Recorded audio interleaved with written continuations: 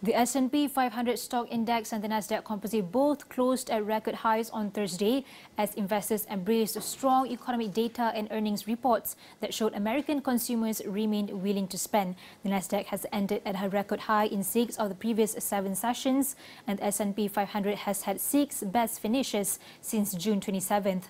Wall Street has had a strong run since tumbling after President Donald Trump's Liberation Day tariff announcements in early April and then recovering. This week was seen as a proving ground for these gains, though, with a number of key economic reports and the start of second quarter earnings session. I think what's moving stocks higher today is the robust retail sales figure we saw this morning.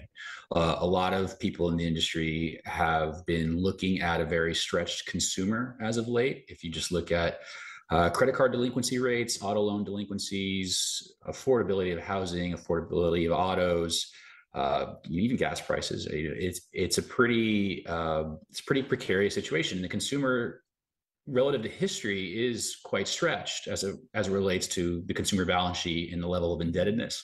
I think something that I and most professionals have underestimated, though, is the accessibility, the availability of alternative forms of credit via buy now, pay later platforms, and some of these new startups that are coming to the marketplace that are taking investor capital and are still unprofitable, but they're aggressively refinancing very expensive debt, mostly in the auto space.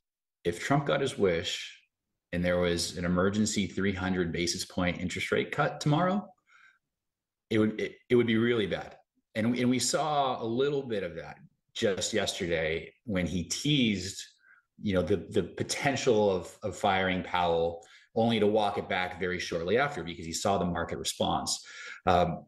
If the front end of the yield curve were to drop by 3%, we'd think that the long end of the yield curve would aggressively move higher. The 30-year interest rate would very likely climb from around 5%, maybe to 7 plus, as high as 9%, depending on the amount of fiscal spending and the amount of deficits that we run on a going forward basis. The long-term inflation expectations would become completely untethered. That isn't even necessarily taking into account that the very credibility of the Federal Reserve is going to be compromised. And that in its own right would probably lead to a devaluation of the dollar and some serious risk asset sell-offs or deleveraging. All right, now we want to break down on what's happening in the U.S. stock market. And this is Standard & Poor's 500 index stocks categorized by sector and industries.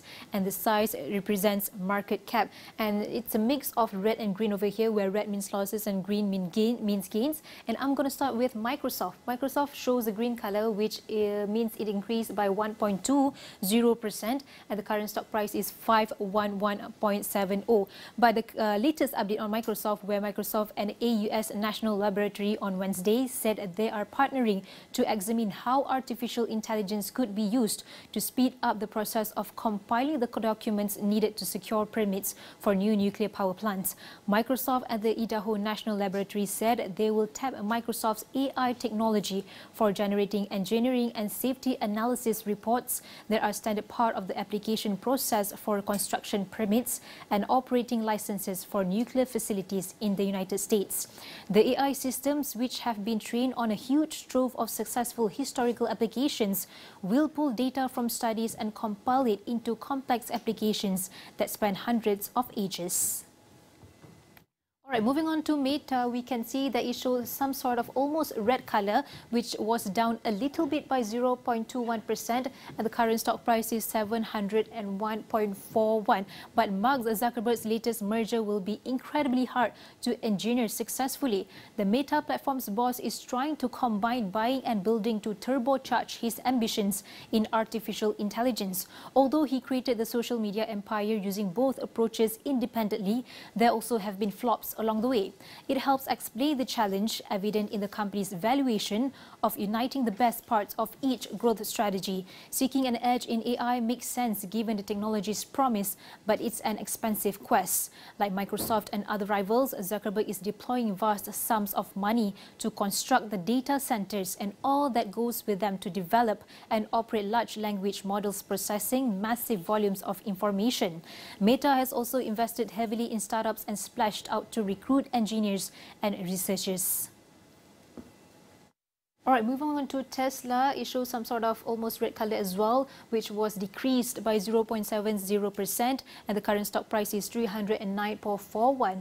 That's on automotive, but the electric vehicle maker Tesla's auto insurance unit has been hit with a consumer lawsuit in California, accusing it of deliberately scheming to delay or minimize insurance payouts, causing some motorists to abandon claims or pay out for pocket. The proposed class action filed in the Los Angeles Superior Court on July 11th alleged Tesla Insurance failed to implement and maintain sufficient claims handling procedures for its customers. Tesla, led by billionaire entrepreneur Elon Musk, offers insurance policies in California to Tesla drivers and also to drivers of non-Tesla vehicles. The lawsuit opens a new tab which seeks unspecified monetary damages, alleges Tesla violated California's unfair competition law and seeks to represent potentially thousands of motorists in California who had bought insurance from the company. Tesla launched its auto insurance unit in 2019, promising what Musk at the time called vastly better service than rival providers. And last but not least, Amazon. We can see that Amazon, let me tap on Amazon, it shows a green color over here, which was up by 0.31%, and the current stock price is 223.88. However, a federal judge on Wednesday dismissed a proposed class action over Amazon.com's decision to begin showing commercials on its Prime Video service unless subscribers paid a $2.99 monthly opt-out fee. Subscribers who paid $139 a year for Prime Video said Amazon had led them to believe the service would remain ad-free. They said the ads amounted to a price increase that breached their subscriber agreements and violated Washington state consumer protection laws. U.S. District Judge Barbara Jacobs Ronston in Seattle concluded, however, that the ads were a benefit modification specifically contemplated and authorized by Amazon and the subscribers. The change went into effect in January 2024.